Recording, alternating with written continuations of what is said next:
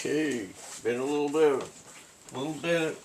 while since it's been on, but I'm gonna take just a few minutes this morning, and then I gotta get the heck out of here. I gotta go and round myself up some work boots, because I'm planning on getting those trees down that need to be taken down here on at my place. Got about 5 or 6 trees I gotta deal with. 3 of them, 4 of them, 5. 5 are dead, one's live. I don't like to take down the live trees. I like to just let them be. But this one's a leaner, and it's kind of hasn't shown any signs of doing anything, but it kind of leaning towards my house a little bit. You know, the more it grows, the more damage it could do if the wind took it out, you know. It's not likely, however, I don't want to take that chance. So I thought I'd talk a little bit about working on trees and climbing in trees and whatnot, because, you know, I mean, a lot of guys like adventurous stuff besides bushcraft and survival. Anybody that's in bushcraft and survival is going to be an adventurous person by nature.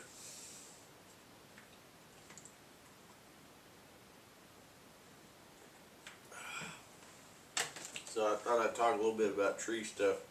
Now, I have never used any of the modern gadgets that they have out now. They got a lot of cool stuff. But I think I may move into the modern world in tree climbing and tree, well, I don't know, in tree climbing and descending, you know, because you're going up and you're going down, you know. I've been looking at the different devices out there. I've been doing a lot of research on the different devices that attach to the rope, because I'm an old Blake's hitch guy. And what I keep talking about Blake's hitch when I talk about tree stuff on here. But I'm gonna do a Blake's hitch for you. Now, this is my old flip line. And a flip line is basically, it's rope over cable. So there's a steel cable in the center, right? And this rope, this mantle, rope mantle that goes around it, allows my Gibbs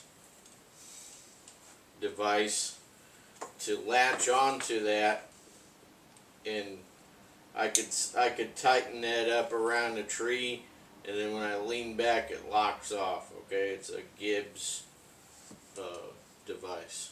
So it says on here, not for self-belay, but so what are you doing when you're using it on the tree? When you flip the flip line up, and you're belaying yourself, so it's kind of dumb. But I know what they're talking about. They're talking about, like, you know, lead climbing, and then, you know, using this to stop your fall. It would probably create quite a bit of rope damage, but I'm not sure that it would actually, I don't know, it may or may not tear it up, because it's fairly, you know, it's not real sharp or nothing, but knife doesn't have to be sharp to cut you either, right? Anyway, this Gibbs says use only on non-metal rope. Okay, so they put this mantle of a rope, nylon or Perlon or something, on the outside of these steel cables, and then everybody uses Gibbs on there. This is rated for 7/16 to 1/2 inch.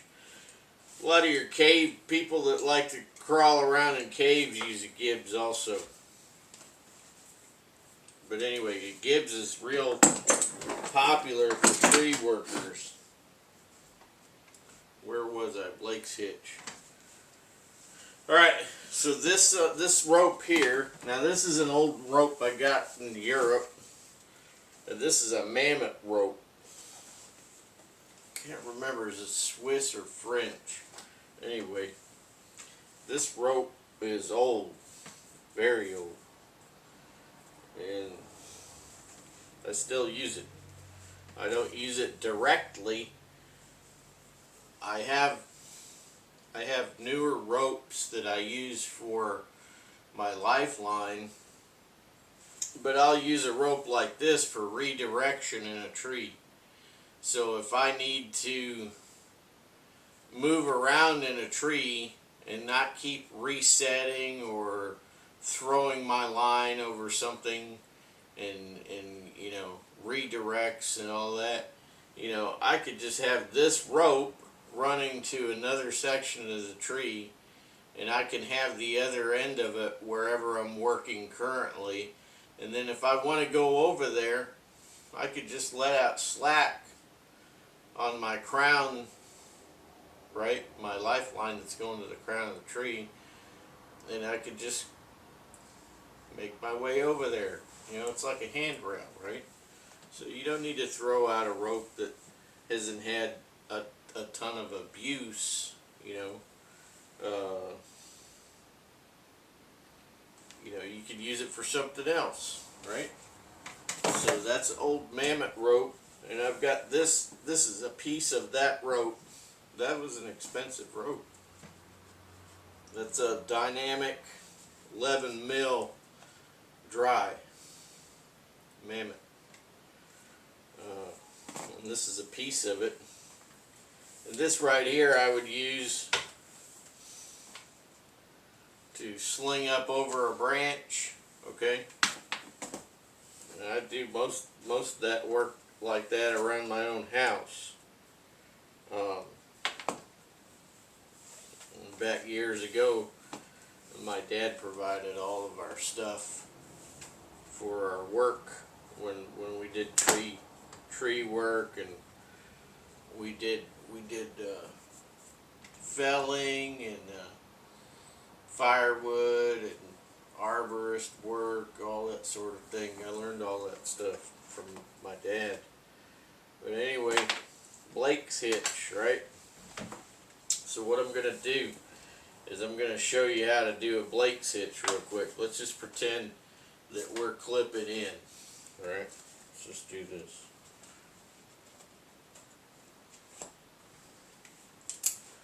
Alright, let's just pretend we're clipping in. Of course, I wouldn't use this non-locking basic carabiner as a real tie-in. But anyway, I want to put a, let's say I've got this going over here, that's going up to my crown, right? And I want to do what's called double rope technique. Actually, excuse me. Turn that around. Get that oriented. Now, double rope technique is where you got a rope going up through a cambium saver or ring and ring, and it comes down the other side, and then you got this is going to go all the way to the end of the rope. Okay, let's just pretend that's the rest of the length of the rope over there, and I want to be able to move up and down that rope. Now you want this distance between here to be about your forearm or so. So what you're going to do is you're going to go and you're going to wrap this thing. We're doing the Blake's hitch.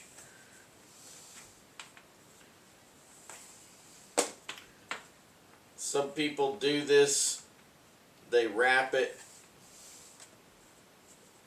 you know, 3 or 4 times.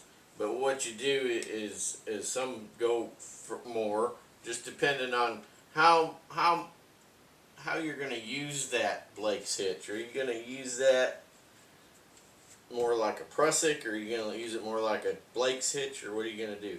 We won't get into all that now. But anyway, I'm tying this Blake's hitch here.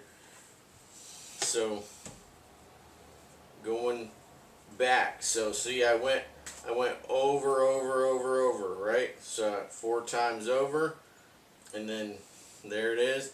Now I'm bringing it back here and over the piece that went to the rope itself and went around, okay? And then I'm going to bring it back under this rope, and then these 2 bottom loops, it's coming up through. Alright, now that, then you dress that. Dressing a knot is like, you know, tidying it up, right?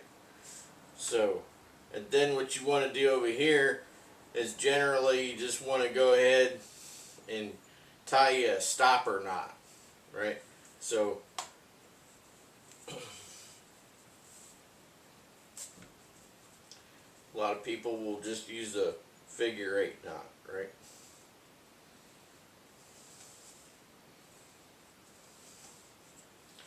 And that stops that from creeping back through there. Now what does this do? That allows me to get a, this is, Blake's hitch is a friction hitch. So it's important that you get some weight on there to get it to start working, right? So I'm going to go ahead and do that. Like that. Alright, so this is a pretty old rope, but as you can see, I'm losing friction there because it's a little bit stiff. This old 11 mil, it's a little stiff.